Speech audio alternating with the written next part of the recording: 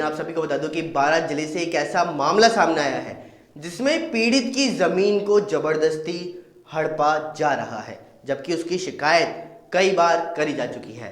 तो आइए नजर डालते हैं पूरी रिपोर्ट की ओर।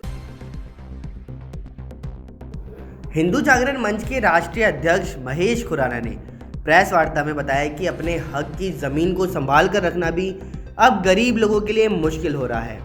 प्रभावशाली लोग गरीब लोगों की खाते की जमीन होने के बावजूद भी उन पर अपना कब्जा करने से बाज नहीं आ रहे।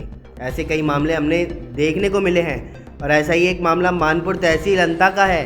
पीड़ित देवीलाल पुत्र कंवरलाल कहार निवासी मानपुरा थाना अंता ने बताया कि मानपुरा गांव तहसील अंता में लगभग पौन बीघा के 2 कॉलम बना रखे हैं जो पीड़ित की खाते की जमीन पर है।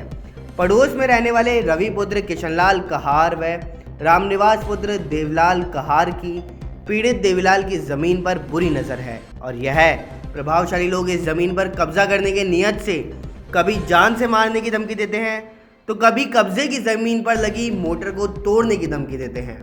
पीड़ित देवीलाल लगभग 60 वर्ष के बुजुर्ग हैं और अपनी समस्या के निदान के लिए कई बार बारां जिला कलेक्टर व एसपी ऑफिस अपनी फरियाद लेकर के भी आए हैं, लेकिन उनकी समस्या का निदान नहीं हो पा रहा, उन्हें इंसाफ नहीं मिला है।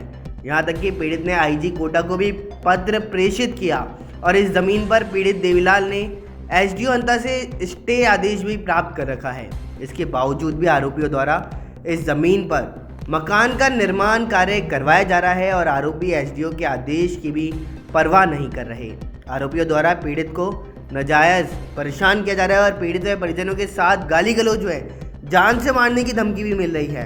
आरोपियों पर कड़ी से कड़ी कार्रवाई कर निर्माण कार्य रुकवाया जाए तथा आरोपियों को पाबंद किया जाए कि दोबारा पीड़ित की जमीन पर कब्जा करने की कोशिश ना करें। साथ ही प्रेस वार्ता में भुवनेश जैन डब्बू घनश्याम भी मौजूद रहे।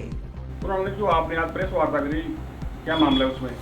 देखिए, बड़े दुख से कहना पड़ रहा, बारां के अंदर तो इतनी बुरी हालत हो चुकी है कि एक बेचारा देखने को मिला, नाम उसका क्या था, देवीलाल जी, और मानपुरा के हैं, अंता तहसील में हैं और ज़िला बारां है। और बड़े दुख से कहना पड़ रहा है कि वो बेचारा अपनी ही जगह के लिए तड़प रहा है और पड़ोस वाले उसके मकान पे निर्माण करा रहे हैं और वो तड़पता हुआ हमारे मानजोग अंता एसडीओ साहब के पास भी गया। वहाँ से स्टे ऑर्डर भी मिला उसको, लेकिन स्टे ऑर्डर भी मिला लेकिन उसके ऊपर कोई अमल ही नहीं कर रहा। ना तो पुलिस वाले अमल कर रहे हैं तो ना ही प्रशासन अधिकारी कोई अमल कर रहा।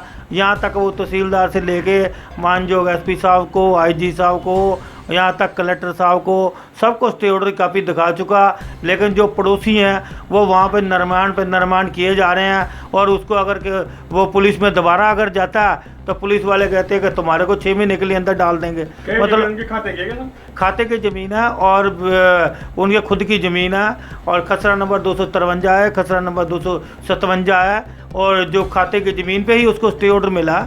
और यहाँ कुछ पुलिस कर्मचारियों से मेरी भी आज बात भी हुई थी इस मामले को लेके, लेकिन वो कह रहे हैं कि जो स्टे ऑर्डर है ये दूसरे की ज़मीन का है, लेकिन इसका फैसला तो न्यायालय करे, न्यायालय देखे।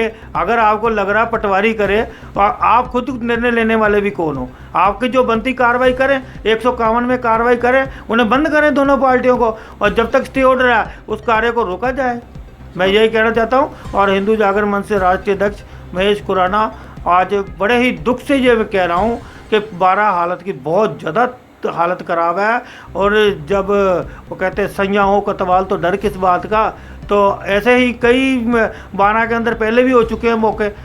शीश वाली का ही देख लो, फसल किसी और ने बोई, काटी किसी और ने, इसलिए इसका तो भगवान मालिक है अभी बारां का तो।